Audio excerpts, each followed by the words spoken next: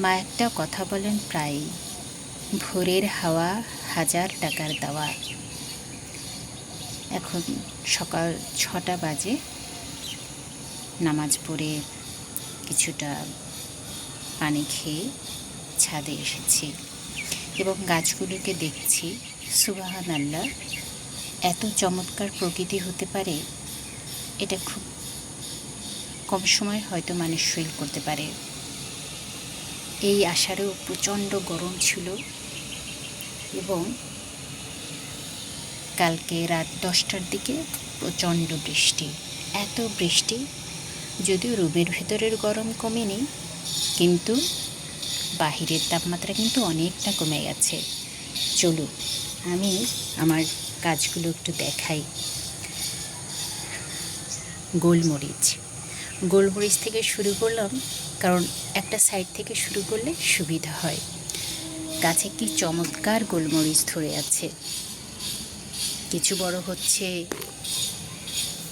আবার এক ফুল আসছে এবং গাছটা চমৎকারভাবে ঝোপালো হয়ে গেছে। লাগিয়েছি এরকম একটা ক্যারেটে। আমি বলছি প্রত্যেকটারই গোলমরিচ গাছ কিন্তু খুব একটা পানি পছন্দ করে না, এই জন্য আমি ক্যারেটে করেছি। আমি এর আগে এই একই গাছ অনেকটা জায়গায় আমি স্থাপন করেছি, কিন্তু দেখি খুব প্রবলেম হচ্ছিল এবং কিছুটা ছায়া পছন্দ করে, বাট রোদ কিন্তু থাকতে হবে 2-3 ঘন্টা, এটা না হলে কিন্তু আবার ফুল ফল আসবে না। সে কারণে আমি এই ক্যারেটে এবং এই জায়গাটায় মূলত দুপুরের পরে রোদ পড়ে এবং দেখলাম অন্য ছাদের যে জায়গায় রেখেছি সব জায়গায় গাছটা দেখতে পারিনি, কিন্তু এই জায়গাটা তার দারুণ পছন্দ হয়েছে এবং সে কিন্তু এখানে বেশ ভালো আছে আলহামদুলিল্লাহ। একটা রিকোয়েস্ট থাকলো সবার জন্য, আমার গাছ দেখে সবাই কিন্তু মাশাল্লাহ বলবেন, নজর না লেগে যায়। নজর কিন্তু খুব খারাপ জিনিস, এটা আমি হাড়ে হাড়ে টের পাচ্ছি। তো সে যাই হোক, আলহামদুলিল্লাহ আমার গাছটা কিন্তু দারুণ হয়েছে। আর এটাকে আমি একটা চেয়ারের উপরে রেখেছি একটু উঁচু জায়গায়, কারণ একদম নিচু হয়ে গেলে গাছটা যেহেতু একটু ছোপালো বাইরের দিকে ঝুঁকে থাকবে, এই কারণে আমি এভাবে করেছি আলহামদুলিল্লাহ। আর সাথে রেখেছি সোর প্ল্যান্ট, একদম গাদাগাদি ঠাসাঠাসি করে, এবং ড্রেসেনা বলে এটাকে, বাংলাতে অগ্নিশ্বর বলা হয়, কারণ এর পাতাগুলি আগুনের মতো কিছুটা দেখতে, আগুনের শিখার মতো, এই কারণে বলা হচ্ছে এটাকে অগ্নিশ্বর। এবং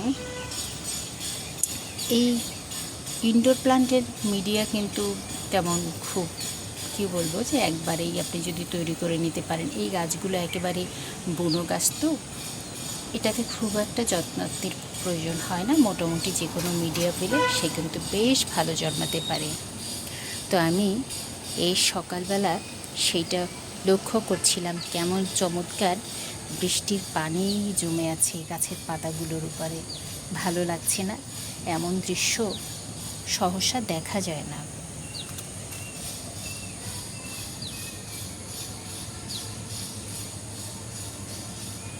আমার সকালবেলা শরীরটা প্রায় সময় খুব খারাপ থাকে, আস্তে আস্তে এটা ঠিক হয়, কিন্তু কাজগুলো দেখে মনটা ভালো হয়ে যায়।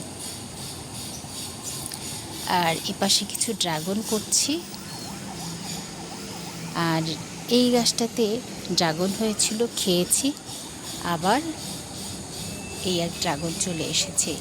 অনেকে বলে যে সেলফ পরাগায়ন ড্রাগনের কম হয়, আসলেই তাই, কিন্তু এইটা কিন্তু আবার সেলফ পরাগায়ন হয়ে গেছে আলহামদুলিল্লাহ। আমি দেখি এ পাশটায় আরও কোনো ফুল এসেছে কিনা। নর্মালি এপ্রিল থেকে জুন পর্যন্ত এই ড্রাগন গাছে ফুল এসে থাকে।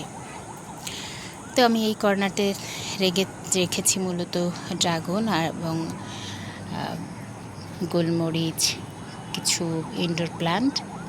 এখন এগুলো আউটডোর হয়ে গেছে, আমি ইনডোরে রাখছি না। ছাদ একদম ভিজে চপচপ করছে। সে যাই হোক, এই পাশে আকাশটা একটু দেখাই।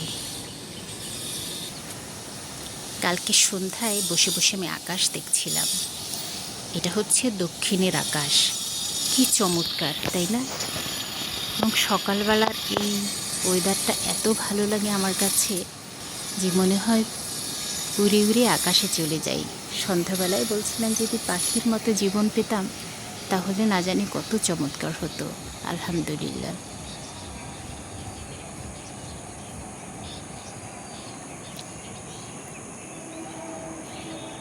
মনে হচ্ছে মেঘেরা সব ঘরদোর জানালা সব খুলে দিচ্ছে